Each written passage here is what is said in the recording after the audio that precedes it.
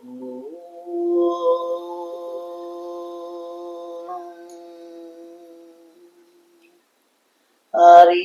ఓం. శ్రీ గురుభ్యో నమః. హరి ఓం. ఓం శుక్లాం భరధరం విష్ణుం శశివర్ణం చతుర్భుజం ప్రసన్నవదనం ధ్యాయే సర్వవిఘ్నోపశాంతయే. ఏకదంతాయ నమః. విఘ్న వినాయకాయ నమః. వాగ్దేవై నమః. సరస్వతీ నమస్తుభ్యం వరదే కామరూపిణి. విద్యారంభం కరిష్యామి సిద్ధిర్భవతు మే సదా. వాగ్దేవై నమః. వాగ్దేవి కృపా కటాక్ష సిద్ధిరస్తు. గురు బ్రహ్మ గురు విష్ణు గురుదేవో మహేశ్వరః. గురు సాక్షాత్ పరబ్రహ్మ తస్మై శ్రీ గురవే నమః. మాతా శారదాదేవి, స్వామి వివేకానంద, శ్రీరామకృష్ణ, సత్ సనాతన నారద మహాముని, శంకరాచార్య గురు పరంపరకు, మధ్వాచార్య గురు పరంపరకు, రామానుజాచార్య గురు పరంపరకు, ఆది గురువే నమః. గురు దత్తాత్రేయాయ నమః. గురు దక్షిణామూర్తి మేధాదేవి సమేత గురు దక్షిణామూర్తి సద్గురు సాయినాథ్ సర్వగురుభ్యో నమః. కృష్ణం వందే జగద్గురుం. అందరికీ నా యొక్క హైందవ ధర్మపు, సనాతన ధర్మపు, ప్రపంచంలో ఉండు ప్రతి ఒక్క జీవకోటికి ఈ యొక్క చైత్ర మాసంన శుక్లపక్షంన నవమి దినతిథి దినేన పునర్వసు నక్షత్ర దినేన శ్రీ రామచంద్రుల జన్మదినేన శ్రీరామ జన్మదినోత్సవం నాడు అందరికీ శ్రీరామనవమి శుభాకాంక్షలు. అందరికీ ప్రతి ఒక్కరు ఈ యొక్క ఎవరు ఈ యొక్క వీడియోని చూస్తున్నారో హైందవ ధర్ములకు ఒక్కసారి రామ సీత లక్ష్మణభరత శత్రుఘ్న హనుమ సమేత ఓంకారంతో జై కారం చెప్తున్నాను. ఓంకారంతో జైకారం అంటే ప్రణవనాదం ఓంకారం, ఆ నాదంలోనే జైకారం. ప్రతి ఒక్క మనము ఏం చెప్పాలన్నా ఓంకారంతోనే చెప్తాం. మళ్ళీ ముగించేటప్పుడు మనము జైకారంతోనే చెప్తాం. మన సనాతన ధర్మం మనకి చెప్పినది ఇతిహాసాలు ఎన్నో ఉంది. మనం తెల్లవారు లేస్తే, కూర్చుంటే, కొనుక్కుంటే, మాట్లాడితే కూడా సనాతన ధర్మం ఇట్లుండాలా అని కూడా చెప్తుంది. ఈ యుగ ధర్మంలో ఎన్నో నిలుస్తూ ఉంటుంది, వస్తూ ఉంటుంది.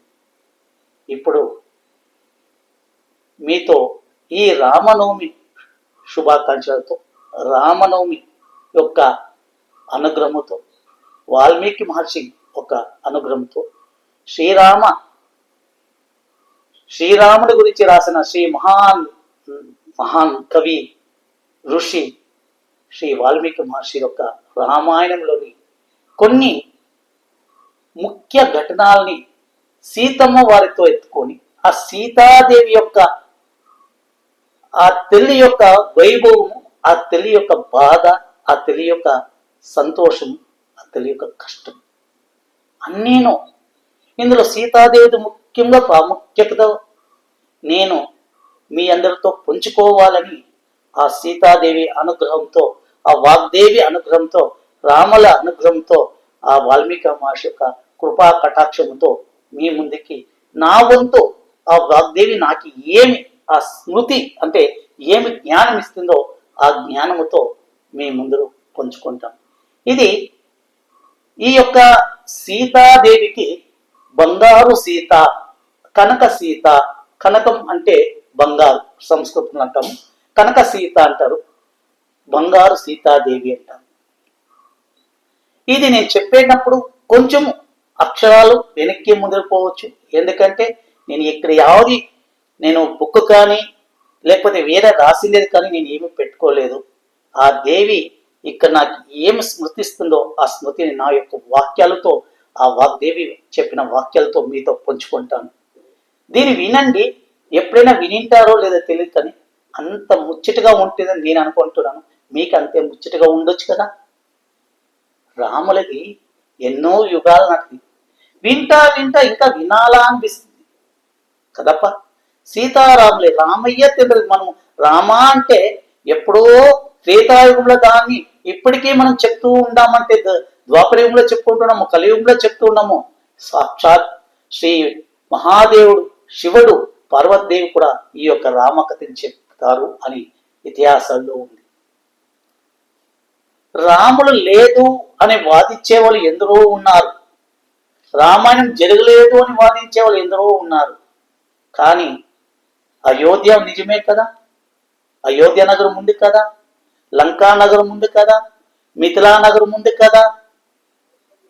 ఇన్ని ఉన్నా కూడా నమ్మని పరమ ద్రోహులు ఎందరో ఉన్నారు. వారికి రాముల మంచి బుద్ధిని, మనకందరికీ రాముల యొక్క ఆశీర్వాదం కలదు. ఒక్కసారి సీతామాతకి జై. సీతమ్మ తల్లి ఎంతటి అదృష్టవంతరాలు, ఎంతటి మహాత్యాగి, ఎంతటి కష్టపడిందమ్మా ఆ సీతమ్మ తల్లి. వనవాసం అంతా అయిపోయి ఉంటుంది. వనవాసం అంతా మన అయోధ్య నగరానికి వచ్చి పట్టాభిషేకం అంతా అవుతుంది. ఆనందంతో సీతమ్మ తల్లి తొలుతూగుతా ఉంటుంది. ఆ సీతాదేవి అంత పరవశంతో ఉన్నప్పుడు ఆనందమే పరమానందం. ఎంత కష్టపడింది నా సీతమ్మ తల్లి. ఆ కష్టంలో కూడా ఆ పరమసాధ్వి ఆనందంలో ఉంటే, కానీ అమ్మకి తెలియకుండానే నవమాసాలు మోస్తున్నప్పుడు, ఆ యొక్క గర్భాశయంలో ఉన్నప్పుడు గర్భవతి అయ్యింది. ఆ గర్భవతి టైంలో రామచంద్రుడు ఆనందంగా ఇద్దరు మాట్లాడుకుంటుంటే సీతమ్మ తల్లికి మనసులో ఓ చిన్న కోరిక కోరింది. నేను మళ్ళీ ఒక కిత అడవిని చూసుకొని రావాలి అంటారు.